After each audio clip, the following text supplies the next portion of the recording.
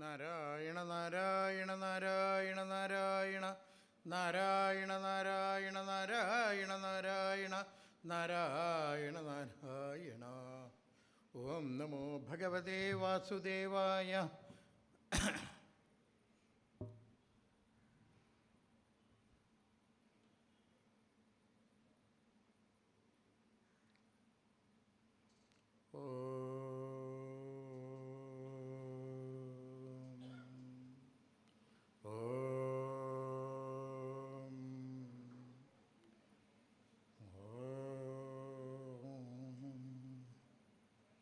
സദ്ഗുരുഭ്യോ നമഃ.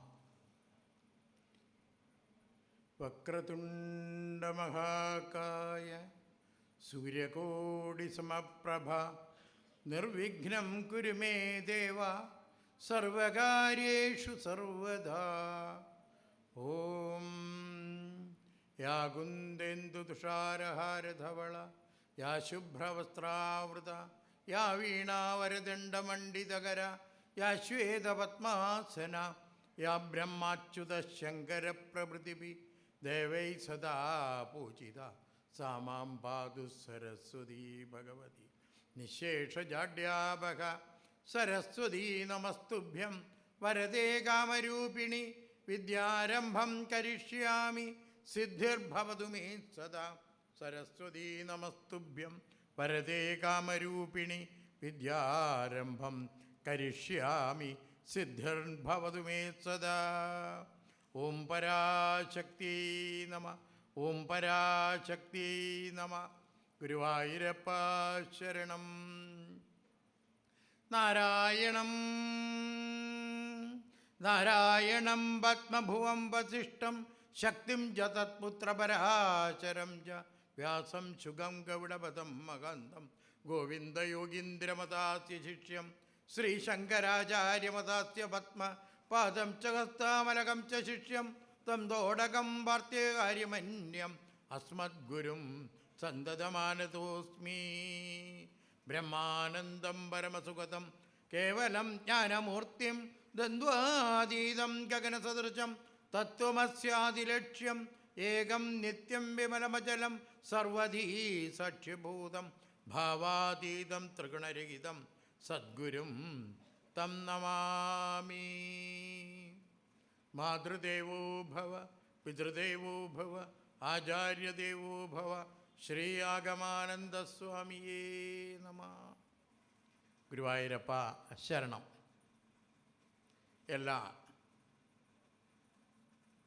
മഹാദേവൻ്റെ പാദങ്ങളിൽ നമസ്കരിച്ചുകൊണ്ട് സന്നിഹിതരായിരിക്കുന്ന എല്ലാ ഭക്തർക്കും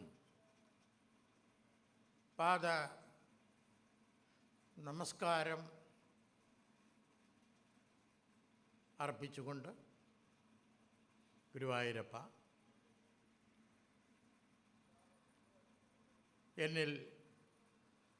എനിക്ക് ഇന്ന് വിവരിക്കേണ്ടതായ ഭാഗം നാരദ പരീക്ഷയും ബാണയുദ്ധവുമാണ്. അതിനു മുമ്പ് തന്നെ നല്ല ഒരു കഥ സമന്തകോപാഖ്യാനം ശ്രവണം ചെയ്തുകൊണ്ട് ഈ വേദിയിലേക്ക് കയറി വരാൻ സാധിച്ചത് ഗുരുവായൂരപ്പൻ്റെ അനുഗ്രഹമെന്ന് കരുതിക്കൊണ്ട് ഭാഗവതം എന്ന വാക്ക് തന്നെ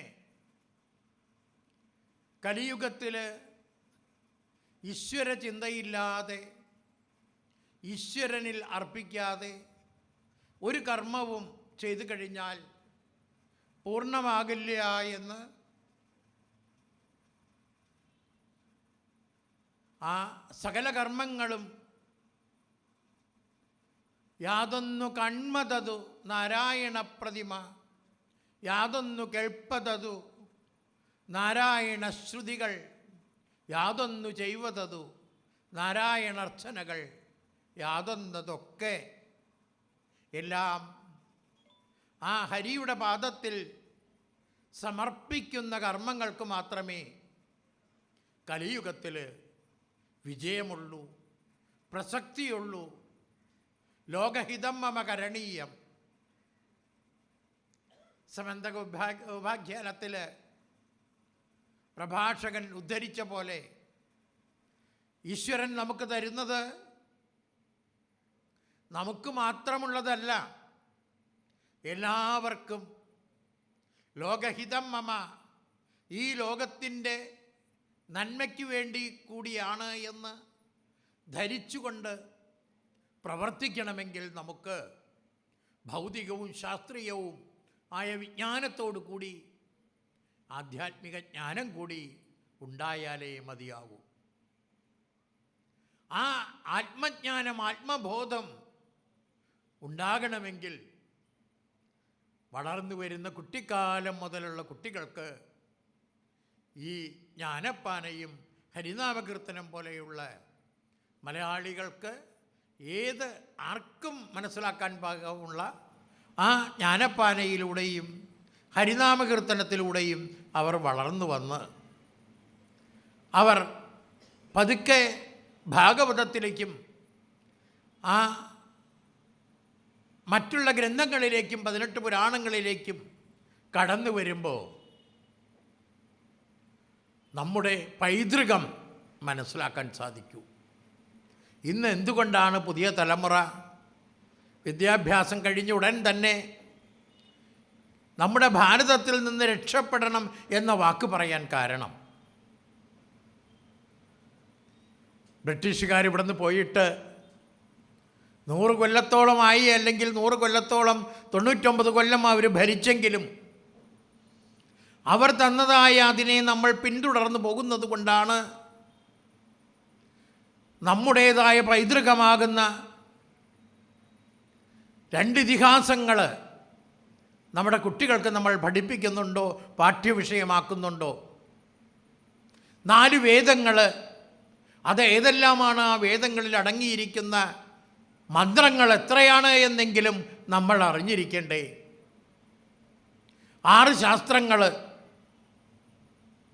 2018 ലോകം മുഴുവനും എയ്ഡ്സിനും കോവിഡിനും മരുന്നില്ല എന്ന് പറഞ്ഞപ്പോൾ ഭാരതം പറഞ്ഞു,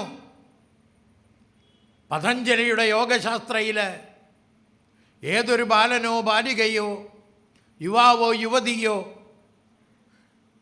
1 നാഴിക 24 മിനിറ്റ് സമയം മാത്രം ആ യോഗ ചെയ്തു കഴിഞ്ഞാൽ, പരിശീലിച്ചു കഴിഞ്ഞാൽ എയ്ഡ്സ് രോഗവും കോവിഡും വരുന്നത് പ്രതിരോധ ശക്തി കുറയ്ക്കുകയാണ് നമ്മുടെ ശരീരത്തിൻ്റെ.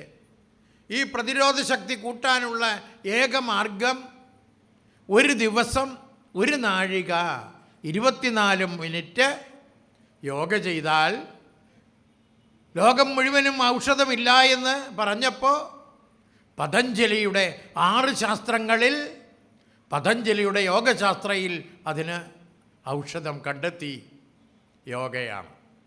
ഈ 6 ശാസ്ത്രങ്ങൾ ഏതാണെന്നും അതേപോലെ 18 പുരാണങ്ങൾ, ആ ഓരോ ക്ഷേത്രങ്ങളിലും ഓരോ വർഷം ഓരോ പുരാണങ്ങൾ നടത്തിയാൽ എന്താ കുഴപ്പം?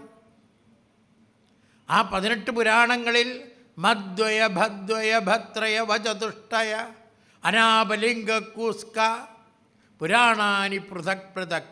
18 പുരാണങ്ങളുടെ ആദ്യാക്ഷരം നമുക്ക് ഓർത്തിരിക്കാൻ എളുപ്പമുണ്ട്. അപ്പോൾ ഈ 18 പുരാണങ്ങൾ ഏതാണെന്ന് നമ്മൾ അറിയണം. ആ ഓരോ ഗ്രാമങ്ങളിലും ഈ പുരാണങ്ങളിലൂടെ മാത്രമേ ഈ കലിയുഗത്തിലുള്ള ജനങ്ങളെ ശുദ്ധീകരിക്കാൻ പറഞ്ഞു വന്നത്. ഗ്രാമാന്തരങ്ങൾ തോറും ഉള്ള ക്ഷേത്രങ്ങളിൽ ഭാഗവത സപ്താഹങ്ങളിലൂടെയും ഈ നടക്കുന്ന സത്രങ്ങളിലൂടെയും ജനങ്ങളെ ഉദ്ധരേതുദ്ധരാത്മാനാം ഉയർത്തിക്കൊണ്ടുവന്നാൽ മാത്രമേ ഈ ഭൗതികതയിൽ നിന്ന് ഒന്ന് മാറിയിട്ട് ആ ഈശ്വരചിന്തയും ഈശ്വരവിശ്വാസവും അന്ധവിശ്വാസമല്ല, അന്ധകാരത്തെ കളയുന്ന ജ്ഞാനമാണ് ഈശ്വരഭക്തി എന്ന ഭാഗവതം എന്ന് പറയുമ്പോൾ തന്നെ ഭ എന്നുള്ള അക്ഷരം കൊണ്ട് തന്നെ ഭക്തി എന്നും ഗ എന്നുള്ള അക്ഷരം കൊണ്ട് തന്നെ ഗർവ് ഇല്ലാതാക്കിയെടുക്കണം. ഷഡ്വൈരികളെ, കാമക്രോധ ലോഭമോഹ മതമത്സര്യങ്ങളെ ഇല്ലാതാക്കിയെടുക്കാനുള്ള ഏകമാർഗം ഭാഗവത സത്രവും ഭാഗവത സപ്താഹങ്ങളും 18 പുരാണങ്ങളുടെ പഠനവും മനനവും ആണ്. അതിന് ഇവിടെ മുൻവശത്ത് തന്നെ ധാരാളം യജ്ഞങ്ങളും യാഗങ്ങളും എന്നു വേണ്ട ആ സപ്താഹങ്ങളും നടത്തിയ ഗുരുക്കന്മാർക്ക് തുല്യമായ ആളുകളാണ് ഇരിക്കുന്നത്. അവർ വരെ ഒരു വിദ്യാർത്ഥിയെപ്പോലെ ഇത് 10 ദിവസം കേൾക്കാൻ എത്രയെത്ര കേട്ടാലും ഭഗവാന്റെ കഥ കേട്ട് കഴിഞ്ഞാൽ നമുക്ക് വിരക്തിയുണ്ടോ? സപ്താഹം ഞങ്ങൾ കഴിഞ്ഞു കഴിഞ്ഞാൽ പേപ്പറെടുത്ത് നോക്കിയാൽ എവിടെയാണ് അടുത്ത സപ്താഹം? അപ്പോൾ വീട്ടിൽ പറയും, ഇന്നലെ വന്നല്ലേ ഉള്ളൂ, നിങ്ങളും ഇതല്ലേ കഴിഞ്ഞത്. അല്ല, 3 മണിക്കൂർ അവിടെ പോയിരുന്ന് കഴിഞ്ഞാൽ ഒരു വാക്ക് കിട്ടിയാൽ മതി നമുക്ക്. അതായിരിക്കും നമ്മുടെ ജീവിതത്തിലെ ഏറ്റവും വലിയ ടേണിംഗ് പോയിൻ്റായിരിക്കും. ആ 2-3 മണിക്കൂർ ഒരു ദിവസം ഇരുന്നിട്ട് 1-2 വാക്കുകൾ നമ്മുടെ ജീവിതത്തിലേക്ക് കിട്ടിയാൽ അതായിരിക്കും. ഇപ്പം ഞാൻ ഒരു സൂചിപ്പിച്ചു എന്ന് മാത്രം. 6 ശാസ്ത്രങ്ങളും 18 പുരാണങ്ങളും 18 ഉപപുരാണങ്ങളും അനേക ഉപനിഷത്തുക്കളുണ്ടായിരുന്നു. അതിനെ നളന്തയും തക്ഷശിലയിലുമുള്ള അതേപോലെയുള്ള സർവകലാശാലകൾ 18 ഉണ്ടായിരുന്നത്. അതെല്ലാം അഗ്നിക്കിരയായതിൽ ഏതാണ്ട് 200 ഉപനിഷത്തുക്കൾ ബാക്കി നിൽക്കുന്നുണ്ട്. അതിൽ 10 നമ്മുടെ കുട്ടികൾക്ക് ആ അമ്മമാർ ചോദിക്കണം, മോനെ ഒരു ഉപനിഷത്തിൻ്റെ പേര് പറയൂ. ഓരോ വെക്കേഷനും 5 വയസ്സിന് താഴെയുള്ള കുട്ടികൾ, 5ാം ക്ലാസ്സിന് താഴെയുള്ള കുട്ടികൾ ഹരിശ്രീ ഗണപതയേ നമഃ എന്ന് പറയുന്ന ഹരിനാമകീർത്തനത്തിൽ ആ ശ്ലോകങ്ങൾ പഠിപ്പിക്കണം. ഹൈസ്കൂളാവുമ്പോൾ സ്വരാക്ഷരങ്ങളെ കൊണ്ടുള്ള ആ ഈ മുതൽ വരുന്നുള്ള അത്രയും ശ്ലോകങ്ങൾ ആ വരെയുള്ളത് പഠിപ്പിക്കുക. ഹൈസ്കൂൾ വിദ്യാഭ്യാസം കഴിയുമ്പോഴേക്കും ഹരിനാമകീർത്തനം പൂർണ്ണമായിട്ട് അത്രയും മതി. കാരണം കൂടുതൽ പഠിക്കാനുണ്ട്. മലയാളികളായിട്ടുള്ള ആളുകൾ ആ പുതിയ തലമുറ ഹരിനാമകീർത്തനവും ജ്ഞാനപ്പാനയും നമ്മൾ കരസ്ഥമാക്കുക തന്നെ വേണം. 10,000, 30,000, 50,000 രൂപ പെൻഷൻ കിട്ടുന്ന അമ്മമാരും മുതുമുത്തശ്ശിമാരും അവർ പരീക്ഷ കഴിയുമ്പോൾ പാസ്സാവുമ്പോൾ അവർക്ക് കൊടുക്കേണ്ട ഓഫർ സ്റ്റാർ ഹോട്ടലിൽ കൊണ്ടുപോയിട്ട് ചത്തതും ചീഞ്ഞതും ആയിട്ടുള്ള തമസായ ആഹാരം വാങ്ങിച്ച് കൊടുക്കുകയും തിയേറ്ററിൽ കൊണ്ട് സിനിമ കാണിക്കുകയല്ല വേണ്ടത്. ഹരിനാമകീർത്തനത്തിൻ്റെ ഹരിശ്രീ ഗണപതയേ നമഃ അത്രയും ശ്ലോകങ്ങൾ കാണാതെ ചൊല്ലിയാൽ മോക്ക് എന്താണ് വാങ്ങേണ്ടത്? മുത്തശ്ശി വാങ്ങിത്തരും, മുത്തശ്ശൻ വാങ്ങിത്തരും. ആൺകുട്ടികളാണെങ്കിൽ ആ സ്വരാക്ഷരങ്ങൾ കൂടി പഠിച്ചു കഴിഞ്ഞാൽ ഒരു സൈക്കിൾ ഞാൻ വാങ്ങിത്തരും. ആ +2 അല്ലെങ്കിൽ ഏതാണെങ്കിലോ അവർക്ക് പഠിക്കാൻ വേണ്ടതായ ലാപ്ടോപ്പോ അല്ലെങ്കിൽ മറ്റേതായ എന്താണോ കാര്യങ്ങൾ വാങ്ങിത്തരും. എന്നാൽ മാത്രമേ ഗ്രാമാന്തരങ്ങൾ തോറും ഭാഗവതം എന്താണെന്നും 18 പുരാണങ്ങൾ എന്താണെന്നും ഭഗവത്ഗീത എന്താണെന്നും സംസ്കൃതത്തിൻ്റെ ആദ്യപടിയെങ്കിലും അവർക്ക് പഠിക്കാനുള്ള അവസരം കൊടുക്കാതെ മുന്നോട്ട് പോയാൽ സനാതനധർമ്മത്തിൻ്റെ അടിവേരുകളാണ് നമ്മൾ ഛേദിച്ച് കളയുക. അതിനെ പോഷിപ്പിക്കാനുള്ള ഏകമാർഗം വളർന്നു വരുന്ന തലമുറയ്ക്ക് കേരള ക്ഷേത്ര സംരക്ഷണ സമിതിയുടെ ജില്ലാ മതപാഠശാല പ്രമുഖമായിട്ട് 24 കൊല്ലം സൈക്കിളിൽ യാത്ര ചെയ്ത് ആയിരക്കണക്കിന് കുട്ടികൾക്ക് ഭഗവത്ഗീതയും സംസ്കൃതത്തിൻ്റെ ബാലപാഠവും പറഞ്ഞു കൊടുക്കാനുള്ള ഭാഗ്യം കിട്ടിയിട്ടുണ്ട്. അപ്പം നമ്മുടെ ഓരോരുത്തരുടെയും ക്ഷേത്രത്തിൻ്റെ ക്ഷേത്രത്തിൽ ഒരു ദിവസം ഒഴിവുള്ളപ്പോൾ ഒരു മണിക്കൂർ സമയം 10 കുട്ടികളെ വിളിച്ചിരുത്തി അവർക്ക് ഭഗവത്ഗീത ധ്യാന ശ്ലോകം കൊടുക്കുക, ഭക്തിയോഗെങ്കിലും ചൊല്ലിക്കുക. 2 3 കൊല്ലത്തെ കുട്ടികൾ ഒരുമിച്ചാവുമ്പോൾ അവരെ ഗുരുവായൂർ കൊണ്ടുവന്ന് വേദിയിലേക്ക് അവരെ ചൊല്ലിക്കുക. അപ്പോൾ ഇങ്ങനെയുള്ള കാര്യങ്ങളൊക്കെ വളർത്തിയാൽ മാത്രമേ ഭാഗവതം നമ്മുടെ ഗ്രാമാന്തരങ്ങൾ തോടും പ്രചരിച്ചു കഴിഞ്ഞാൽ 84 ലക്ഷം ജീവജാലങ്ങളിൽ വച്ച് ശ്രേഷ്ഠമായിട്ട് നമുക്ക് ലഭിച്ചിട്ടുള്ള ഈ മനുഷ്യജന്മം അല്ലേ, ഉദ്ഭിജം വിത്ത് മുളച്ചുണ്ടാകുന്നവയും, അണ്ടജം മുട്ട വിരിഞ്ഞുണ്ടാകുന്നവയും, യോനിജം പ്രസവിച്ച് പാലൂട്ടി വളർത്തുന്നവയും, സ്വേദജം വിയർപ്പിൽ നിന്ന് തന്നെ ഉണ്ടാകുന്നതായ 4 വിധത്തിലുള്ള, അതാണ് ഭാഗവതം ശാസ്ത്രമെന്ന് പറയാൻ കാരണം. ഈ 4 വിധത്തിലുള്ള 84 ലക്ഷം ജീവജാലങ്ങളിൽ ശ്രേഷ്ഠമായിട്ടുള്ള ഈ മനുഷ്യജന്മം കിട്ടിയിട്ട് നമുക്ക് ആ ഭാഗവതത്തിലേക്ക് വായിക്കാനും പഠിക്കാനും കേൾക്കാനും സാധിക്കുന്നത് മഹാഭാഗ്യമാണ്. ഒരു ബഹുനില കെട്ടിടം നിലനിൽക്കുമ്പോൾ നമ്മുടെ നാരായണസ്വാമിയെ പോലെയുള്ള വിരലിലെണ്ണാവുന്ന ഒരു ബഹുനില കെട്ടിടം നിലനിൽക്കണമെങ്കിൽ അതിൻ്റെ ബലമുള്ളതായ കുറച്ച് അടിക്കല്ലുകളാണ് അതിൻ്റെ ഭാരം മുഴുവനും താങ്ങിക്കൊണ്ട് നിൽക്കുന്നത്. അതേപോലെ ഏതൊരു ഗ്രാമത്തിലും ഏതൊരു നാട്ടിലും ഏതൊരു മഹായജ്ഞം നടക്കുന്നുണ്ടെങ്കിലും അതിൻ്റെ എല്ലാ വിഷമങ്ങളും സഹിച്ചുകൊണ്ട് നിൽക്കുന്ന വിരലിലെണ്ണാവുന്ന കുറച്ച് പേരെ നമുക്ക് കാണാൻ പറ്റും. അവരുടെ അതികഠിനമായ പ്രവൃത്തിയാണ് ഇതേപോലെയുള്ള മഹായജ്ഞങ്ങൾ നടക്കാൻ തന്നെ കാരണം. അതുകൊണ്ട് ഇങ്ങനെയൊരു അവസരം നമുക്ക് കിട്ടിയതുകൊണ്ടും ഇതേപോലെയുള്ള ഒരു അവസരം നമുക്കുണ്ടാക്കി തന്നതുകൊണ്ടുമാണ് സനാതന ധർമ്മം ഇങ്ങനെ പലരും ചെയ്യുമ്പോഴാണ് നിലനിർത്താൻ സാധിക്കുക.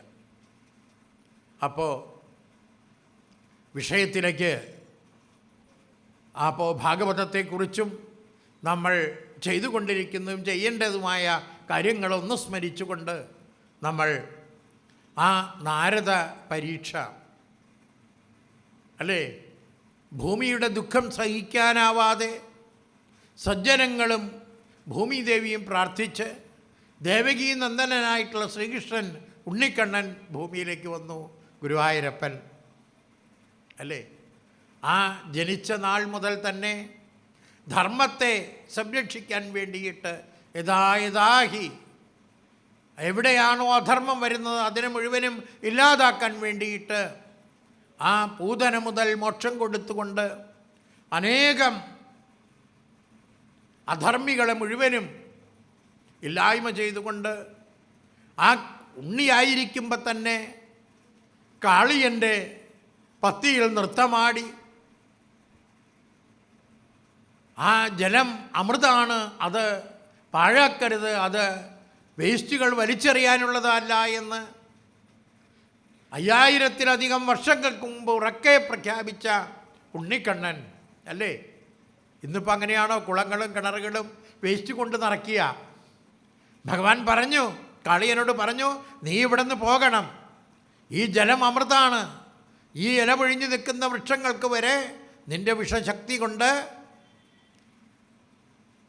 വളരാൻ പറ്റുന്നില്ല, നീ രമണക ദ്വീപിലേക്ക് പോകണമെന്ന് പറഞ്ഞ് കാളിയനുവിനെ പറഞ്ഞയച്ച് ധർമ്മത്തെ വിഷം മുഴുവനും ഭഗവാൻ സ്വീകരിച്ചു അല്ലേ.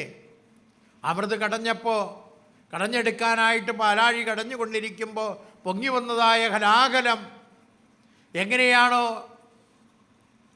മഹാദേവൻ 2 കൈകളും വാങ്ങിക്കിട്ട് തന്നെപ്പറ്റി വിഷത്തെപ്പറ്റി ചിന്തിക്കാതെ ലോകഹിതം മമ കരണീയം, ലോകത്തിന് ഗുണം ചെയ്യാൻ വേണ്ടിയിട്ട് ഒരു നിമിഷം കഴിഞ്ഞു കഴിഞ്ഞാൽ ലോകം മുഴുവനും കത്തി നശിക്കും, അതുകൊണ്ട് പാനം ചെയ്തതുപോലെ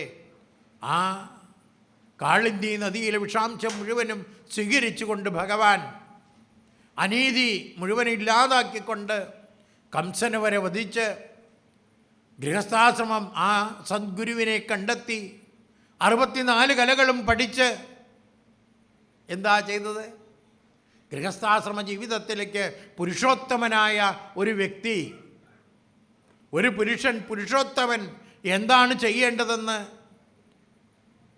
അവതാരമെടുത്ത്, ഒരു മനുഷ്യ ജന്മമെടുത്ത്, മനുഷ്യാവതാരമെടുത്ത് ആ ഭഗവാൻ നമ്മളെ കാണിച്ചു തരികയാണ്.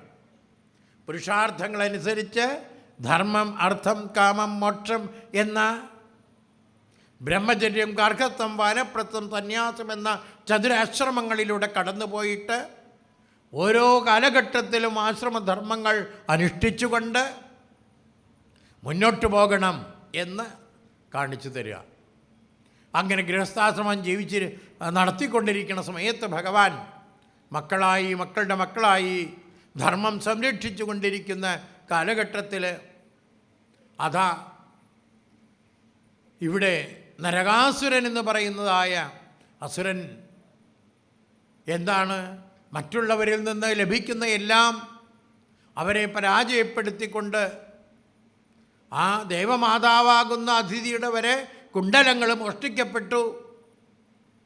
അങ്ങനെ എല്ലാം കരസ്ഥമാക്കിക്കൊണ്ടിരിക്കുമ്പോൾ ഭഗവാനെ വന്ന്, കാരണം ആ ഭഗവാൻ എന്ന് പറഞ്ഞാൽ രാജധർമ്മം, ദാനധർമ്മം, സ്ത്രീധർമ്മം, ഭഗവത് ധർമ്മം, മോക്ഷധർമ്മം എന്ന പഞ്ചധർമ്മങ്ങൾ ആ പുരുഷോത്തമനായ ഭഗവാൻ നടത്തിക്കൊണ്ടുവരികയാണ് ചെയ്യുന്നത്.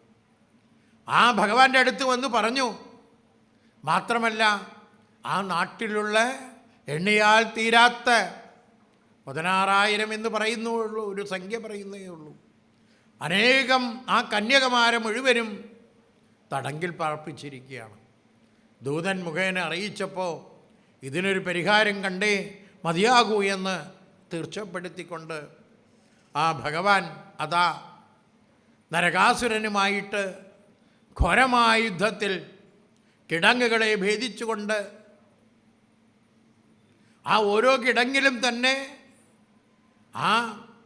അതിലും വരെ ഭീകരന്മാരായിട്ടുള്ള ആളുകൾ ജീവിക്കുന്നുണ്ട്. കാരണം അതിനെ പ്രതിരോധം, അവിടേക്ക് ആരെയും കടത്തിവിടാതെ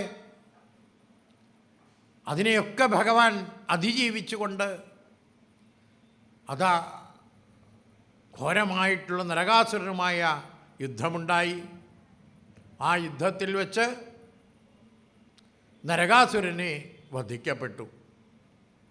നരകാസുരനെ വധിച്ച് ആ കുണ്ടലങ്ങളും മറ്റുള്ളവരുടെ എന്തൊക്കെ ദ്രവ്യങ്ങൾ സൂക്ഷിച്ചിട്ടുണ്ടോ അതെല്ലാം നരകാസുരൻ്റെ മാതാവ് കൊണ്ടുവന്ന് ഭഗവാന്റെ പാദങ്ങളിൽ സമർപ്പിക്കപ്പെട്ടു.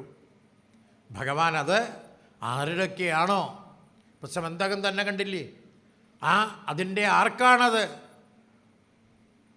ആളെ തന്നെ അദ്ദേഹം എത്രയോ ബുദ്ധിമുട്ടിയാണ് ആ ജാമ്പവാൻ്റെ അടുത്ത് പോയി അത് കണ്ടെത്തി യഥാർത്ഥമായ ആളെ കൊണ്ട് താനല്ല അതിൻ്റെ ഉത്തരവാദി അല്ലേ. അതാണ് പറയണത്, അറിയാതെ ഒരിക്കലും നമ്മൾ ആ ദുസ്സംഗം ചെയ്യരുത്. പാക്കനാരുടെ കഥ പറഞ്ഞ പോലെ ഒരട്ടയും കൂടി തിന്നേണ്ട അവസ്ഥ വരാതിരിക്കണമെങ്കിൽ ദുസ്സംഗം പറയുകയോ കേൾക്കുകയോ മറ്റൊരാൾ പറയുന്ന ആ ദുസ്സംഗം കെട്ടുനിൽക്കും കൂടി 2 കൈകളും പൊത്തിക്കൊണ്ട് അവിടെ നിന്നും മാറിപ്പോകണമെന്നാണ് പറയണത് ഗുരുവായൂരപ്പ. അങ്ങനെ അതാത് ആർക്കാണോ അർഹതപ്പെട്ടതെല്ലാം കൊണ്ടുവന്ന് ഏൽപ്പിക്കപ്പെട്ടു. ഇതെല്ലാം ഏൽപ്പിച്ചു കഴിഞ്ഞിട്ടാണ് ആ കന്യകമാരായിട്ടുള്ളവരെ മുഴുവനും മോചിപ്പിച്ചു. അവർ മുഴുവനും അവരുടെ ഭവനങ്ങളിലേക്ക് തിരിച്ചെത്തിയപ്പോഴാണ് ആരും സ്വീകരിക്കണില്ല. ഭഗവാനോട് പറഞ്ഞു, ഭഗവാനെ, ആ ജയിലിലായിരുന്നപ്പോൾ, കാരാഗ്രഹത്തിലായിരുന്നപ്പോൾ ഒരു നേരമെങ്കിലും കഞ്ഞിയെങ്കിലും കിട്ടുമായിരുന്നു. ഇപ്പം ഞങ്ങളെ ആർക്കും വേണ്ടാത്തൊരവസ്ഥയാണ്. സാക്ഷാൽ എന്ത് ചോദിച്ചാലും കൊടുക്കുന്ന അല്ലേ, എല്ലാം അറിയുന്ന കണ്ണനോട് ഒന്നും ചോദിക്കേണ്ട കാര്യമില്ല, കൂടെ നടന്നെല്ലാം കാണുന്നുണ്ട്. ഭഗവാനോടെല്ലാം ചോദിക്കണോ? മഹാദേവൻ്റെ മുമ്പിൽ നിന്ന് പേരക്കുട്ടി +2 പഠിക്കണത്, മെഡിസിൻ അപ്ലൈ ചെയ്തിട്ടുണ്ട്, എനിക്കെല്ലാം തരണേ, ഇതൊക്കെ പോയിട്ട് നമുക്ക് പോയി പറയേണ്ട ആവശ്യമുണ്ടോ? ഇല്ല. ഭഗവാൻ നമ്മുടെ ഉള്ളിൻ്റെ ഉള്ളിൽ ഇരുന്നു കൊണ്ടെല്ലാം കാണുന്നുണ്ട്. ഭഗവാന്റെ അടുത്ത് ഒന്നും ചോദിക്കണ്ട, എല്ലാം ഭഗവാൻ തരും. ആ 16,000-ഓളം വരുന്ന കന്യകമാരുടെ മുഴുവനും മനസ്സിനെ തിരിച്ചറിഞ്ഞ് ആ ഭഗവാൻ എന്താണ് ചെയ്തത്? അവർക്കെല്ലാവർക്കും അവരുടെ ആഗ്രഹം, നിങ്ങൾ ഏത് വിധത്തിൽ എന്നെ പൂജിക്കുന്നുവോ ആ രൂപത്തിൽ ആ യോഗീശ്വരനായ, അതാണ് അതിൻ്റെ പ്രത്യേകത, ആ യോഗീശ്വരനായ ഭഗവാൻ അവർക്ക് ദർശനം കൊടുത്തുകൊണ്ട് അവരെ അനുഗ്രഹിച്ചു. അവർക്ക് വേണ്ടതുപോലെ ഭവനങ്ങൾ സൃഷ്ടിച്ചുകൊണ്ട് അവരവരുടെ ഓരോരുത്തരുടെയും വീട്ടിൽ ആയിരക്കണക്കിന് ഒരു വ്യക്തി എങ്ങനെയാണോ 10,000 കണ്ണാടിയിൽ ആ പ്രതിബിംബം കാണുന്ന പോലെ തന്നെ ആ ഭഗവത് സ്വരൂപം, ആ ഭഗവാൻ പ്രത്യക്ഷപ്പെട്ട് അവർക്ക് വേണ്ടുന്നതൊക്കെ കൊടുത്തു. ഇതറിഞ്ഞപ്പോഴാണ് യോഗീശ്വരനായ ഭഗവാന്റെ ആ നാരദ മഹർഷിക്ക് അത്ഭുതം തോന്നി. 8 ഭാര്യമാരുണ്ട്, ഇതാ വീണ്ടും 16,000-ഓളം, എങ്ങനെയാണ് ഭഗവാൻ? അപ്പോഴാണ് പരീക്ഷണം നടത്താനായിട്ട് ആദ്യം തന്നെ രുക്മിണിയുടെ അടുത്ത് വന്നപ്പോഴാണ് പറഞ്ഞത്, ഭഗവാൻ അതാ ധ്യാനത്തിലിരിക്കുകയാണ്. ആ നാരദ മഹർഷിയോട് പറഞ്ഞു, പാൽക്കഞ്ഞി കഴിച്ചിട്ട് പോകാം, ഇരിക്കൂ, അദ്ദേഹം ധ്യാനം കഴിയാറായിട്ടുണ്ട്, ഞാനിപ്പോൾ വരാം, ഞാൻ വന്ന് കണ്ടോളാം എന്ന് പറഞ്ഞിട്ട് അവിടെ നിന്നും പോന്നു. അങ്ങനെ ഓരോ 16,000 വരുന്ന ഓരോ ഭവനങ്ങളിൽ ചെന്നപ്പോഴും ആ ഭഗവാൻ അവിടെ എന്താണ് ഓരോരോ കർമ്മങ്ങൾ അനുഷ്ഠിച്ചു കൊണ്ടിരിക്കുകയാണ് അല്ലേ. ബ്രഹ്മമുഹൂർത്തത്തിൽ എഴുന്നേറ്റ് അദ്ദേഹം പശുവിനെ കറക്കുന്നു, പശുവിനെ കുളിപ്പിക്കുന്നു. വേറൊരു സ്ഥലത്ത് ചെന്നപ്പോൾ അതാ കൊച്ചുകുട്ടികൾക്ക് വേദം പറഞ്ഞു കൊടുക്കുന്നു. ഓം ശംനോ മിത്ര ശം വരുണഃ ശംനോ ഭവത്വര്യമ ശംന ഇന്ദ്രോ ബൃഹസ്പതി ശംനോ വിഷ്ണുരുക്രമഃ നമ ബ്രഹ്മണേ നമസ്തേ വായോ ത്വമേവ പ്രത്യക്ഷം ബ്രഹ്മാസി ത്വമേവ പ്രത്യക്ഷം ബ്രഹ്മ വദിഷ്യാമി ഹൃദം വദിഷ്യാമി സത്യം വദിഷ്യാമി തന്മാവതു തദ്വക്താരമവതു അവതു മാമവതു വക്താരം. ഓം ശാന്തി ശാന്തി ശാന്തി. വേറൊരു സ്ഥലത്ത് ചെന്നപ്പോൾ കുട്ടികൾക്ക് ഐകമത്യ സൂക്തം ചൊല്ലിക്കൊടുക്കുന്നു, സംസ്കൃതം പഠിപ്പിക്കുന്നു, ഭാര്യയെ സഹായിക്കുന്നു അല്ലേ. പതിവ്രതയായ ഒരു ഭാര്യയെ, ആ പതിവ്രതയായ ഭാര്യയുടെ ധർമ്മം പോലെ തന്നെ പതിക്കും ധർമ്മങ്ങളുണ്ട്. ശിവപുരാണത്തിൽ പാർവതീദേവി വിവാഹം കഴിഞ്ഞ് ആ ബ്രാഹ്മണി അമ്മയും പാർവതിയുടെ അമ്മയും കൂടി ആ ഡ്രസ്സ് ചെയ്യിക്കുന്ന സമയത്ത് 85 ശ്ലോകങ്ങളിലായിട്ട് പതിവ്രതാധർമ്മം ഉപദേശിക്കുന്നുണ്ട്. എന്താണ് ഒരു ഭാര്യയുടെ കടമ? അതേപോലെ തന്നെ സ്കന്ദപുരാണത്തിലും എന്ന് പറയുന്നുണ്ട് പതിയുടെ ധർമ്മം, ഒരു ഭർത്താവിൻ്റെ ധർമ്മം. പതിക്ക് മാത്രം, ആ ഭാര്യയ്ക്ക് മാത്രമല്ല ആ ധർമ്മം, രണ്ടും തമ്മിൽ പരസ്പരം. ഇതിനിപ്പോൾ എന്താ കാണുക? ഓരോ സമുദായങ്ങൾ ബിഫോർ മാരേജ് കോഴ്സ് എന്നൊക്കെ പറഞ്ഞിട്ട് ആരെയാ ക്ലാസ് എടുക്കാൻ കൊണ്ടുവരണേ? എത്രയോ സപ്താഹാചാര്യന്മാരുണ്ട്, സത്സംഗികളുണ്ട്, എന്നിട്ട് ആരെയാ വിളിക്കുക? നമുക്ക് പറയാൻ നാണാവും. ഏതെങ്കിലും പാതിരിമാരെ വിളിച്ചിട്ടാണ് ക്ലാസ് എടുക്കുക. പിന്നെ നമ്മുടെ കുട്ടികൾ അങ്ങോട്ട് ഓടിപ്പോണതിൽ വല്ലതും തെറ്റുണ്ടോ? യഥാർത്ഥമായിട്ട് നമ്മുടെ പുരാണങ്ങൾ, നമ്മുടെ കാരണവന്മാർ എന്താണോ ആചരിച്ചു വന്നത്, ആ ധർമ്മത്തെ ഗുരുവായൂരപ്പനെ ആരാധിച്ച് അല്ലേ, വിവാഹം കഴിഞ്ഞ ഒരു സ്ത്രീയും പുരുഷനും ഗ്രാമദേവനെ പൂജിച്ച് അവിടെ നിന്നും സേവിച്ച് കൃതം സേവിച്ച് എൻ്റെ കുലത്തിൽ, എൻ്റെ ഗോത്രത്തിൽ ഉത്തമനായൊരു പുത്രിയെ, ഉത്തമനായൊരു പുത്രനെ എനിക്ക് തരണമേ എന്ന് പ്രാർത്ഥിച്ച് ആ പിതാവ് ഒരു പ്രജയെ ഭൂമിയിലേക്ക് കൊണ്ടുവരികയാണ്. ആഹാരത്തിലൂടെ ആ പിതാവിൻ്റെ രേതസ്സിലേക്ക് പ്രവേശിച്ച് ആ സഹധർമ്മയുടെ ഗർഭപാത്രത്തിലേക്ക് നിക്ഷേപിച്ച്, ഇതെല്ലാം പവിത്രമായ കർമ്മങ്ങളാണ് അല്ലേ. പ്രാർത്ഥനയോടുകൂടി വ്രതാനുഷ്ഠാനത്തോടുകൂടി അങ്ങനെ ഉണ്ടാകുന്ന കുട്ടികളാണ് അച്ഛനും അമ്മയ്ക്കും ആ കുലത്തിനും ആ ഗോത്രത്തിനും ആ രാഷ്ട്രത്തിനും ഉതകുന്ന ഉത്തമ പുത്രനോ പുത്രിയോ ഉണ്ടാകണമെങ്കിൽ പ്രാർത്ഥനയോടുകൂടി പ്രജയെ. ഇന്നിപ്പോൾ അങ്ങനെയാണോ? രണ്ടുപേര് കല്യാണം കഴിഞ്ഞാൽ ഒരു ദിവസം ഭാര്യയുടെ വീട്ടിലും ഒരു ദിവസം ഭർത്താവിൻ്റെ വീട്ടിലും പോയി ATM കാർഡുമായി കറങ്ങും. 5 വർഷം കഴിഞ്ഞ് കുട്ടികൾ മതി എന്ന് പറഞ്ഞിട്ടാണ് കറങ്ങാൻ പോകുക. അഭക്ഷ്യങ്ങൾ ഭക്ഷിച്ചുകൊണ്ടും ഏതെങ്കിലും ഹോട്ടൽ മുറിയിൽ കിടന്നുറങ്ങിയും ആ പ്രാർത്ഥനയില്ലാതെ കൊണ്ടുവരുന്ന പ്രജകൾ ഇത് കഴിയുമ്പോഴാണ് 2-3 മാസം എത്തുമ്പോൾ ലക്ഷണങ്ങൾ കണ്ടു തുടങ്ങുമ്പോഴാണ് ഡോക്ടറെ കാണുമ്പോൾ ഗുരുവായൂരപ്പ തൻ്റെ ഉദരത്തിൽ ഉണ്ണി വളരുണ്ടെന്ന് അറിയണേ. ആ അച്ഛനും അമ്മയും ചിന്തിക്കുകയാണ്, ഈ ഉദരത്തിൽ വളരുന്ന ഉണ്ണിയെ എന്തു ചെയ്യണം, കിം കരണീയം. അങ്ങനെ 1-2 ലക്ഷം രൂപ മുടക്കി ആ ഉദരത്തിൽ വളരുന്ന ഉണ്ണിയെ വാഴയില കത്രിക കൊണ്ട് മുറിക്കുന്ന പോലെ കഷ്ണം കഷ്ണമായി തുണ്ടാക്കി മുറിക്കുകയാണ് ചെയ്യുന്നത് അല്ലേ? അങ്ങനെ പ്രാർത്ഥനയില്ലാതെ ഭൂമിയിലേക്ക് വരുന്ന പ്രജകൾ ഒരിക്കലും ആ കുലത്തിനോ ആ അച്ഛനും അമ്മയ്ക്കോ ആ കുടുംബത്തിനോ ഗോത്രത്തിനോ ആ രാഷ്ട്രത്തിനോ ഉതകുന്ന ഉത്തമ പുത്രനോ പുത്രിയോ ഉണ്ടാകില്ല. ഒരു ചട്ടമ്പി സ്വാമികൾ ജനിച്ചിട്ടുണ്ടെങ്കിൽ, ഒരു ശ്രീനാരായണ ഗുരുദേവൻ ജനിച്ചിട്ടുണ്ടെങ്കിൽ, ഒരു വിവേകാനന്ദൻ ജനിച്ചിട്ടുണ്ടെങ്കിൽ ആ അമ്മയുടെ പ്രാർത്ഥനയാണ്. വീരമാതാക്കളാകുന്ന ആ വ്രതങ്ങളെടുത്തുകൊണ്ട് അവർ ആ 10 മാസം ചുമന്ന് ആ ഉണ്ടാകുന്ന കുട്ടികളാണ്.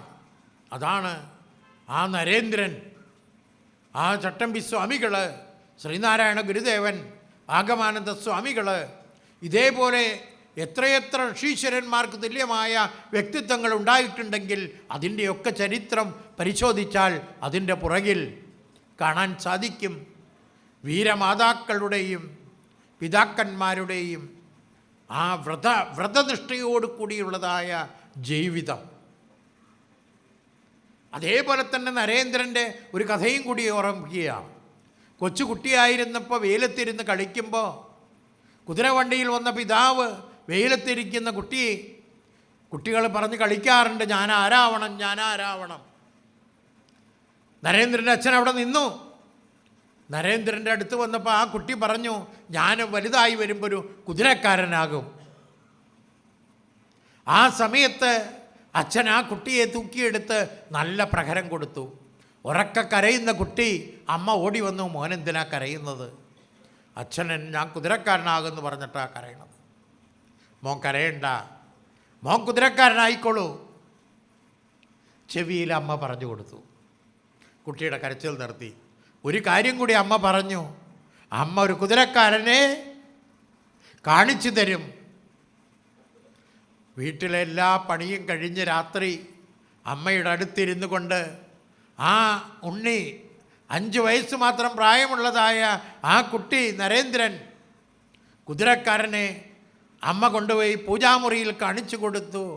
വെള്ളവാജികളെ പൂട്ടി ഉള്ളവൻ തേരിലേറിയവൻ, സാക്ഷാൽ അർജുനൻ്റെ തേര് തെളിക്കുന്ന സാക്ഷാൽ ശ്രീകൃഷ്ണ ഭഗവാനെ കാണിച്ചു കൊടുത്തുകൊണ്ട് ആ കുതിരക്കാരനായിക്കോളൂ നീ എന്ന് പറഞ്ഞു. എല്ലാ ദിവസവും ഭഗവത്ഗീത പറഞ്ഞു കൊടുത്തുകൊണ്ട് ഭഗവത്ഗീത ആ ഓരോ ശ്ലോകങ്ങളും പറഞ്ഞതിൻ്റെ അർത്ഥം പഠിപ്പിച്ചുകൊണ്ട് 2 വർഷമായി കഴിഞ്ഞപ്പോഴേക്കും ആ കുട്ടി ഭഗവത്ഗീത മുഴുവനും കാണാതെ പഠിക്കപ്പെട്ടു. അമ്മ കണ്ട കുതിരക്കാരനാര്, അച്ഛൻ കണ്ട കുതിരക്കാരനാര്. അപ്പോൾ ഇതേപോലെ ഓരോ മാതാക്കളും ഓരോ പിതാവും അവരവരുടെ കുട്ടികളെ വേണ്ട വിധത്തിൽ ശിക്ഷണം ചെയ്താൽ ഇതേപോലെയുള്ള നരകാസുരന്മാർ ഉണ്ടാകില്ലായിരുന്നു. ഈ നരകാസുരൻ ഇതേപോലെ അധർമ്മിയായി വളരാൻ കാരണം ഗർഭകാലത്ത് എങ്ങനെയാണ് ഹിരണ്യകശിപുവിൻ്റെ കുലത്തിൽ പ്രഹ്ലാദൻ ജനിക്കാൻ കാരണം? ആ ഗർഭകാലം മുഴുവനും നാരദ മഹർഷിയുടെ ആശ്രമത്തിൽ ബ്രഹ്മമുഹൂർത്തത്തിൽ എഴുന്നേറ്റ് വേദമന്ത്രങ്ങൾ ജപിക്കുന്നത് കേട്ടുകൊണ്ട് ആ ഉണ്ണിക്കണ്ണനും ഭഗവാനും നാരായണനും മാലകൾ കെട്ടിക്കൊണ്ട് ആ ഉണ്ണി അസുരകുലത്തിൽ ജനിച്ചിട്ട് പോലും ഹരിയുടെ ഭക്തനായി തീർന്നു. അപ്പോൾ ഇന്ന് നമ്മുടെ മക്കൾക്ക് ഭക്തി കുറവുണ്ടെങ്കിൽ അതിൻ്റെ കാരണക്കാരായ അയൽവക്കത്തുള്ളവനോ പഠിപ്പിക്കുന്ന സ്കൂളിൽ പഠിപ്പിക്കുന്ന മാഷോ അല്ല. ആ മാതാവും പിതാവും ആ ഗർഭകാലത്തിന് മുമ്പും ഗർഭകാലത്തും അമ്മ ആചരിച്ച, അമ്മ എന്തു ചിന്തിച്ചിരുന്നുവോ, ഭാഗവതത്തിന് 24 ഗുരുക്കന്മാരിൽ വേട്ടാളൻ്റെ ജന്മം പറയുന്ന പോലെ എന്തിനെ ചിന്തിച്ചുവോ അതായിത്തീരുന്ന പോലെ ആ കണ്ട സീരിയലും കണ്ട് അഭക്ഷ്യം ഭക്ഷിച്ചുകൊണ്ട് തമസാഹാരങ്ങൾ ഭക്ഷിച്ചുകൊണ്ട് ജീവിക്കുമ്പോൾ അതിൽ നിന്നുണ്ടാകുന്ന പുത്രനോ പുത്രിയോ ഒരിക്കലും ഭക്തനായിത്തീരില്ല. അവൻ രാജ്യസ്നേഹിയാകില്ല. ഏതെങ്കിലും തീവ്രവാദിയോ കൊള്ളക്കാരനോ കള്ളന്മാരോ ആയി തീരുന്നു. അപ്പം ഇതിൻ്റെയൊക്കെ കാരണം എന്തു വേണം? ഇതൊക്കെ എവിടെന്നാ? ഇത് ഈ അറിവ് എവിടെ നിന്ന് കിട്ടും? കുട്ടികളായിരിക്കുമ്പോൾ ക്ഷേത്രങ്ങൾ കേന്ദ്രീകരിച്ച് നമുക്ക് ക്ലാസ്സുകളുണ്ടോ? മതപാഠശാലകളുണ്ടോ? ഗീതാ ക്ലാസ്സുകളുണ്ടോ? ഉണ്ടെങ്കിലും ആരെങ്കിലും പറഞ്ഞു വിടുവോ? ഓരോ ഗ്രാമത്തിലുമുള്ള ഓരോ ക്ഷേത്രത്തിലും ഓരോ സാമുദായിക ഓഫീസുകളിലും കുട്ടികൾക്ക് കൊടുക്കുന്ന ആ 8 വയസ്സ് വരെ അഷ്ടവർഷാണി ആ രാജാവിനെ പോലെയും പിന്നെ വരുന്ന 10 വർഷക്കാലം അവരെ എന്തു വേണം? ആ വേണ്ട വിധത്തിൽ എല്ലാം ഒരു ജീവിതത്തിൽ എന്തൊക്കെ വേണോ ഗുരുകുല സമ്പ്രദായത്തിൽ ഒരു ഗുരുവിൻ്റെ വീട്ടിൽ നിന്നുകൊണ്ട് സകല പണികളും പഠിപ്പിക്കുന്ന പോലെ നമ്മുടെ കുട്ടികളെ ഇംഗ്ലീഷ് മീഡിയം പഠിച്ചോട്ടെ, CBSE പഠിച്ചോട്ടെ, അവർക്ക് എല്ലാം. എൻ്റെ കുട്ടിക്ക് 10 വയസ്സായ പെൺകുട്ടിക്ക് 12 വയസ്സായ കുട്ടിക്ക് ചായ ഉണ്ടാക്കാനും കഞ്ഞി വയ്ക്കാനും അറിയില്ല എന്ന് പറയുന്നതല്ല. അവൾക്കെല്ലാം അറിയാം, എല്ലാം ഞാൻ പഠിപ്പിച്ചിട്ടുണ്ട് എന്ന് പറയുന്ന ഒരമ്മയോ ഒരു മുത്തശ്ശിയാണ് നമ്മുടെ വീട്ടിൽ ആവശ്യം. കൊല്ലത്ത് 4 വർഷം മുമ്പ് സപ്താഹത്തിന് പോകാനുണ്ടായി.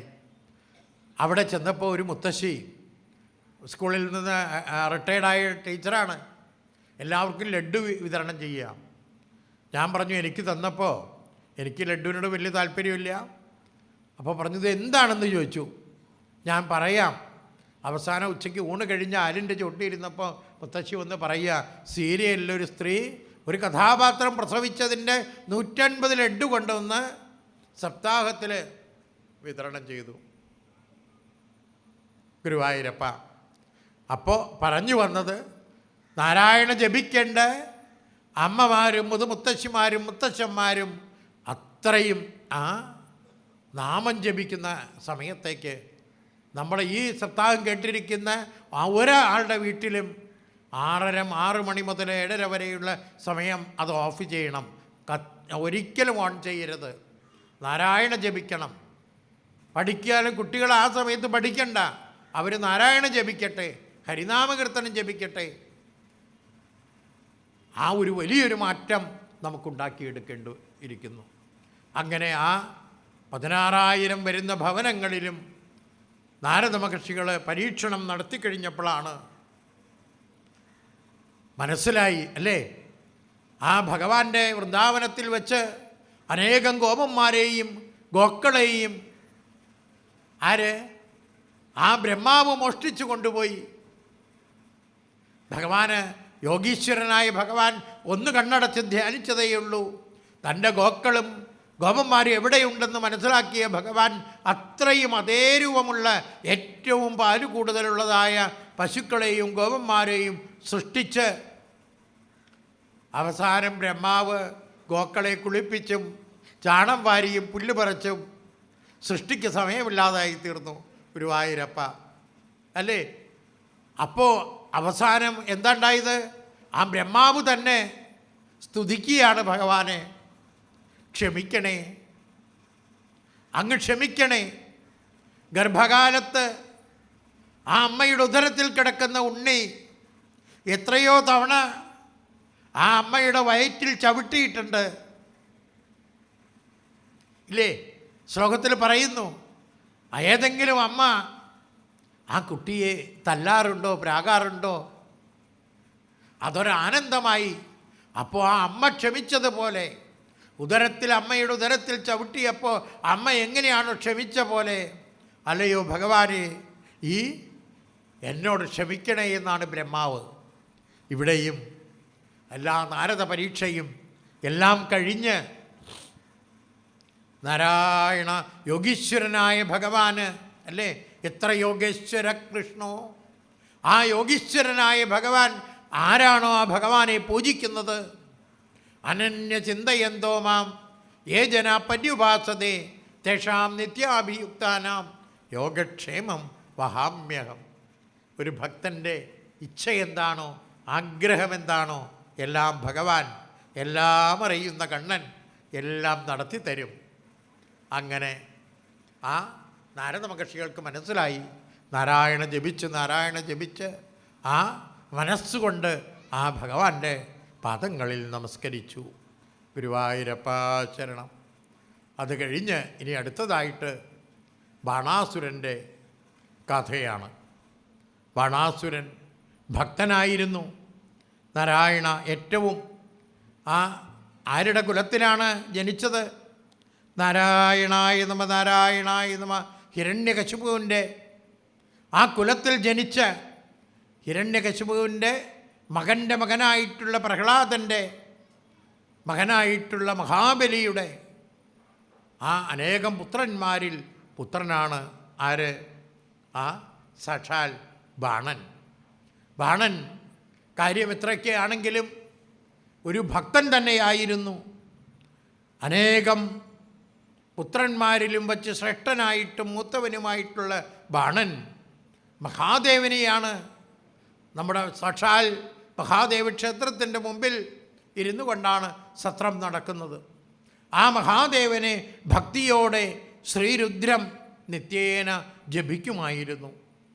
മാത്രമല്ല സമയം കിട്ടുമ്പോഴൊക്കെ ഹരിനാമകീർത്തനം ജപിക്കുമെന്ന് പറഞ്ഞ പോലെ പഞ്ചാക്ഷരി ജപിക്കുമായിരുന്നു. ഓം നമഃ ശിവായ ജപിച്ച് സകല കർമ്മങ്ങളും ആ പഞ്ചാക്ഷരി ജപിച്ചിട്ടാണ് ചെയ്യുക. മാത്രമല്ല മഹാമൃത്യുഞ്ജയ ഹവനം എല്ലാ സമയത്തും എല്ലാ ദിവസവും ആ മൃത്യുഞ്ജയ ഹവനം ജപിച്ചുകൊണ്ടും മന്ത്രം ജപിച്ചുകൊണ്ടും ആണ് ബാണൻ ദിവസങ്ങളും കഴിച്ചു കൂട്ടാറ്. പിന്നെയോ ആ സമയം കിട്ടുമ്പോഴൊക്കെ ശിവഗായത്രി മന്ത്രം ജപിക്കുമായിരുന്നു. സദാ ഗായത്രി ജപിച്ചുകൊണ്ട് ഓം തത്പുരുഷായ വിദ്മഹേ മഹാദേവായ ധീമഹി തന്നോ രുദ്രപ്രചോദയാത്. ഏറ്റവും കുറഞ്ഞത് 1008 ആ ശിവഗായത്രി ജപിക്കുമായിരുന്നു.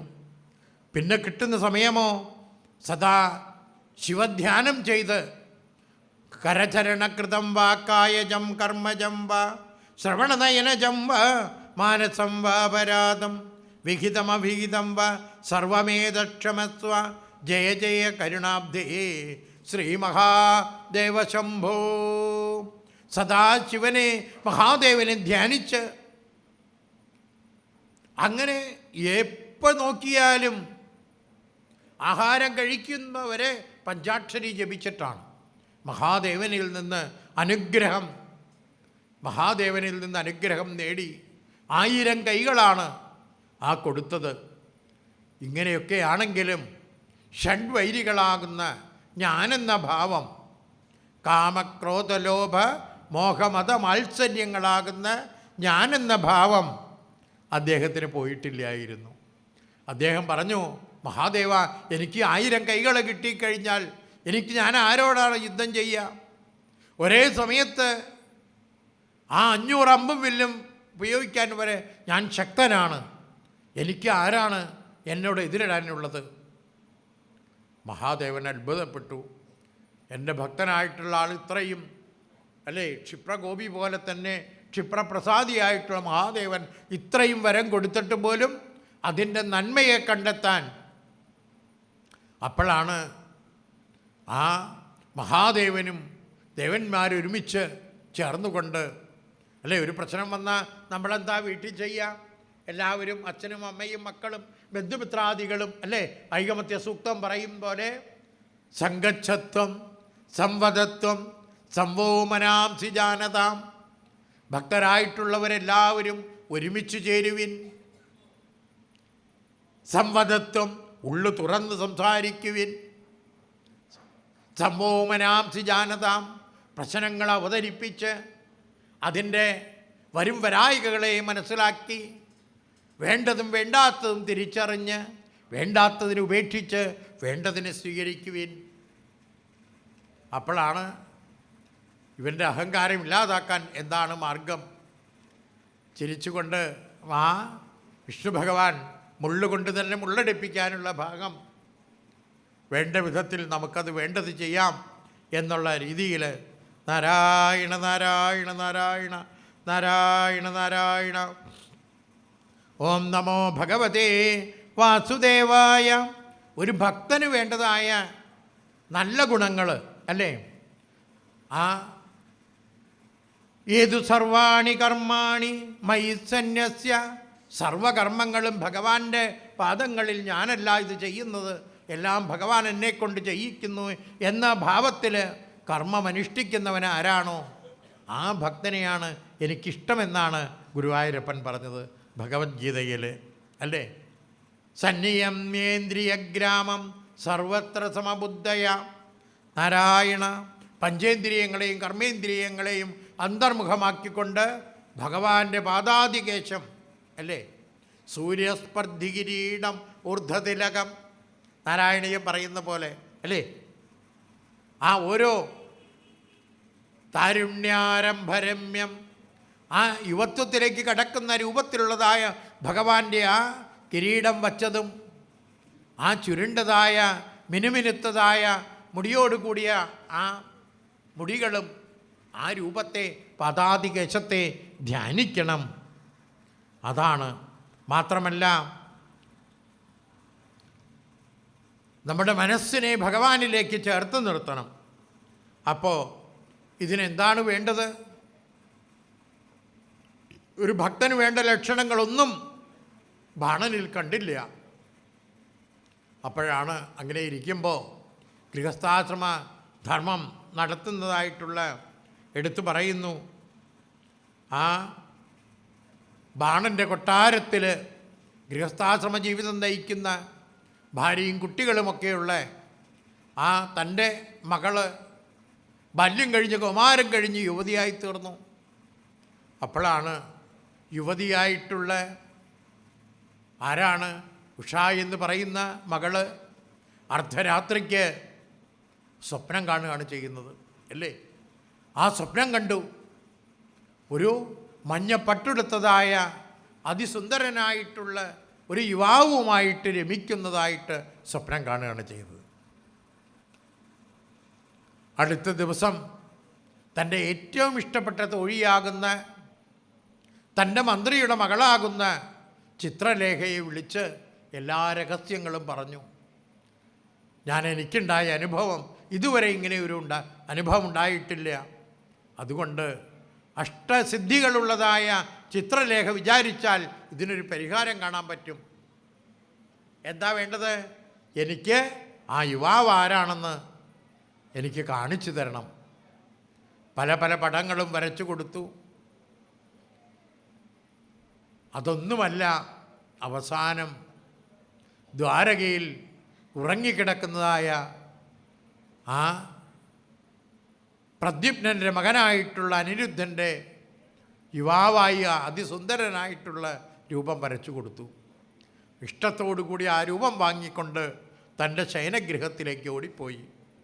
കുലസ്ത്രീകളുടെ സ്വഭാവം ലജ്ജയായതുകൊണ്ട് താൻ ഒറ്റയ്ക്കിരുന്നു കൊണ്ട് തൻ്റെ ഇഷ്ടപ്പെട്ട തോഴിയും ഒരുമിച്ച് ചർച്ച ചെയ്തു. ചിത്രലേഖ പറഞ്ഞു, ഇന്ന് രാത്രി തന്നെ ദ്വാരകയിലാണ് ഞാനത് കൊണ്ടുവന്നോളാം. കാരണം ചിത്രലേഖയ്ക്ക് കടുക് മണി പോലെ ചെറുതാകാനും വാഹനങ്ങളില്ലാതെ യാത്ര ചെയ്യാനും അഷ്ടസിദ്ധികളുള്ളതായ ചിത്രലേഖ എന്തു ചെയ്തു? ആ ഉറങ്ങിക്കിടക്കുന്ന ദ്വാരകയിൽ നിന്ന് ആ അനിരുദ്ധനെ കൊണ്ടുവന്ന് അന്തഃപുരത്തിലാക്കി കൊടുത്തു. അന്തഃപുരത്തിൽ അനിരുദ്ധം ഉണർന്നപ്പോൾ എവിടെയായിരുന്നു?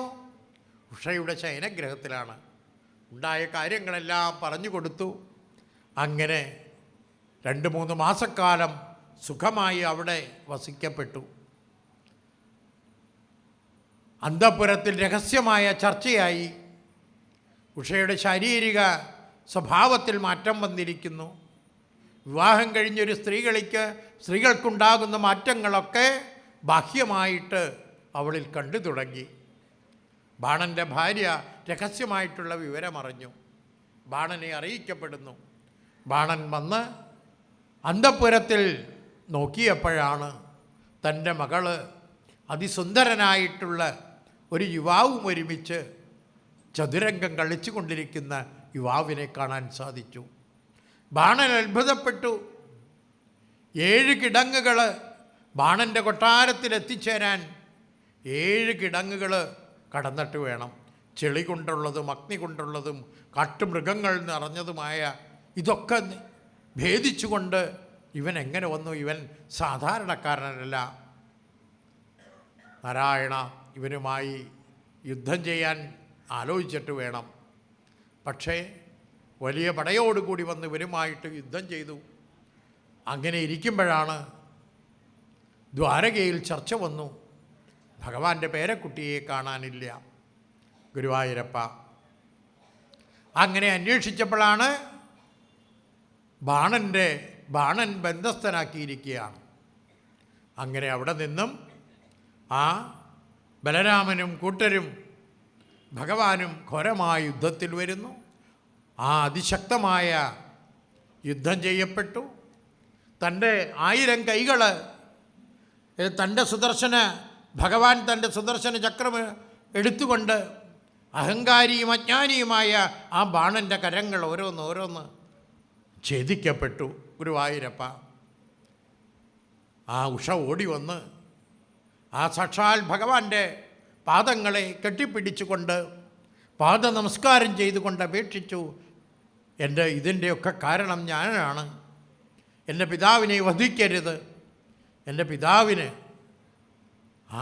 അങ്ങനെ 4 കൈകൾ ഒഴിച്ച് ബാക്കിയെല്ലാം അഹങ്കാരത്തിൻ്റേതായ ആ കൈകൾ. ഇപ്പം നമ്മൾ വിചാരിക്കും 1000 കൈകളെന്ന് പറയുമ്പോൾ നിരത്തിപ്പിടിച്ച 1000 കൈകളെന്നല്ല യുക്തി കൊണ്ട് നമ്മൾ മനസ്സിലാക്കേണ്ടത്. 1000 കൈകൾ കൊണ്ട് ചെയ്യാൻ പറ്റുന്ന അത്രയും വേഗതയിലും ശക്തിയിലും 500 ആൾക്കാർ ചെയ്യുന്ന യുദ്ധം ഒരാളെ കൊണ്ട് ചെയ്യാൻ ഉള്ള ശക്തിയാണ് മഹാദേവൻ കൊടുത്തത്. ഇപ്പോൾ രാവണന് 10 തല എന്ന് പറയുമ്പോൾ നിരത്തിപ്പിടിച്ച് 10 തലയാണോ? 10 ആളുടെ ബുദ്ധി, ആ ബുദ്ധിയും ശക്തിയും ആണ്. അപ്പോൾ ബാണൻ്റെ അജ്ഞാനവും അഹങ്കാരവും ഇല്ലാതാക്കിക്കൊണ്ട് ഭഗവാൻ എങ്ങനെയാണോ ആ ആരംഭം മുതൽ വന്നതുപോലെ തന്നെ തുടക്കം മുതൽ തന്നെ യഥാഹി ധർമ്മത്തിന് ക്ഷതം വന്ന അധർമ്മം വന്ന സമയത്ത് അതിനെ ഇല്ലായ്മ ചെയ്യാൻ വേണ്ടി അവതാര പുരുഷനായി പിറന്ന ആ കണ്ണൻ എന്തു ചെയ്തു? ബാണൻ്റെ അഹങ്കാരത്തെ മുഴുവനും ഇല്ലായ്മ ചെയ്തുകൊണ്ട്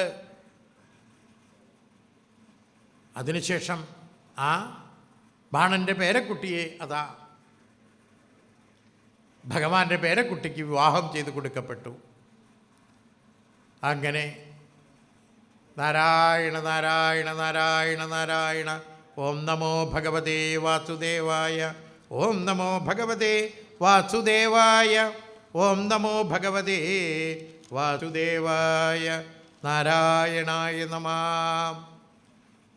നാരദ പരീക്ഷയും നമുക്ക് ശക്തിയും ആ ധനവും കൂടുമ്പോൾ നമ്മൾ പക്ഷികളെയും മൃഗങ്ങളെയും ആ സസ്യലതാദികളെയും കണ്ടു പഠിക്കണം. നെല്ല് വിളയും തോറും തല താഴ്ന്നു വരുന്ന കാണാം. വാഴ കുലച്ചു കഴിഞ്ഞാൽ ആ ഫലം മൂക്കും തോറും അത് തല താഴ്ത്തി വരുന്ന കാണാം. മാവിൽ മാങ്ങ ഉണ്ടായിക്കഴിയുമ്പോൾ മൂത്ത് പഴുത്ത് വരുന്തോറും ആ വൃക്ഷം തല താഴ്ത്തി വരുന്ന കാണാം അല്ലേ? അപ്പോൾ ആ ജ്ഞാനം അറിവ് കൂടുന്തോറും ധനമുണ്ടാകുമ്പോഴും ഈ ലോകത്തിന് മുഴുവൻ ലോകഹിതം മമ കരണീയം, ലോകത്തിന് ശാന്തിയും സമാധാനവും ഉണ്ടാക്കാൻ എൻ്റെ ധനം കൂടി ഉപകരിച്ചേ മതിയാകൂ. ഗ്രാമക്ഷേത്രത്തിൽ ഒരു ക്ഷേത്രം പണിയാൻ, ഒരു സപ്താഹം നടക്കാൻ, അന്നദാനം ചെയ്യാൻ, ദീനരും ദരിദ്രരുമായിട്ടുള്ളവർ ഈശ്വരൻ്റെ മക്കൾ തന്നെയാണ്. അവർക്കൊരു നേരത്തെ ആഹാരവും ഒരു നേരത്തെ മരുന്നും വാങ്ങിക്കൊടുക്കാൻ ആ ധനം ഉപയോഗിക്കേണ്ടതാണ് എന്ന് മനസ്സിലാക്കിക്കൊണ്ട്, അതാണ് ആത്മജ്ഞാനം. അതാണ് ഭാഗവതം പഠിപ്പിക്കുന്നത്.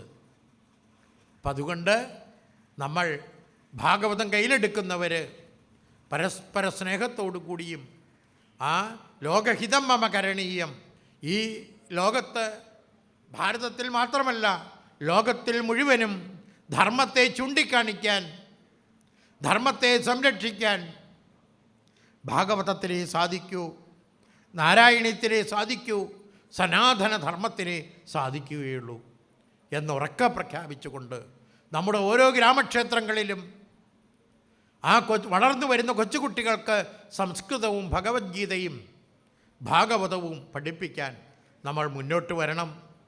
അതിനുവേണ്ടി ഒരു നിശ്ചിത തുക മാറ്റിവെക്കുകയും വേണം എന്നുകൂടി പറഞ്ഞുകൊണ്ട് നമ്മൾ ആ മഹാദേവൻ്റെ മുമ്പിൽ ഒരു 4 നാമം ചൊല്ലിക്കൊണ്ട് 1 മിനിറ്റും കൂടി എടുത്തുകൊണ്ട് സമർപ്പിക്കുന്നു.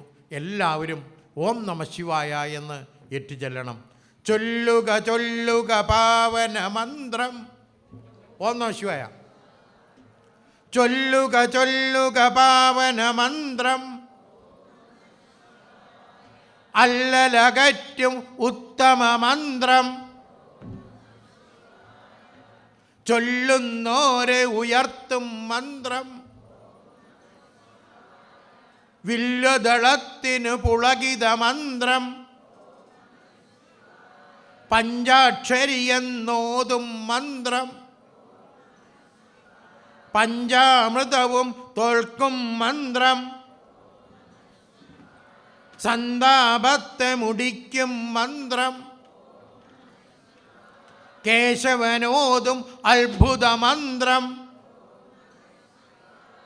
കാശിയിലെങ്ങും മുഴങ്ങും മന്ത്രം, മാമുനിമാരുടെ രക്ഷാമന്ത്രം, സദ്ഗുരു ചെവിയിൽ ഓതും മന്ത്രം,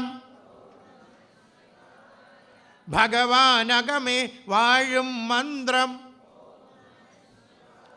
ചൊല്ലുക ചൊല്ലുക പാവന മന്ത്രം. ഓം നമ ശിവായ. ഗുരുവായൂരപ്പാ ശരണം. കായേന വാചാ മനസേന്ദ്രിയർവാ ബുദ്ധ്യാത്മനാ വാ പ്രകൃതേ സ്വഭാവാൻ കരോമി യദ്യ സകലം പരസ്മൈ നാരായണായേതി സമർപ്പയാമി. നാരായണ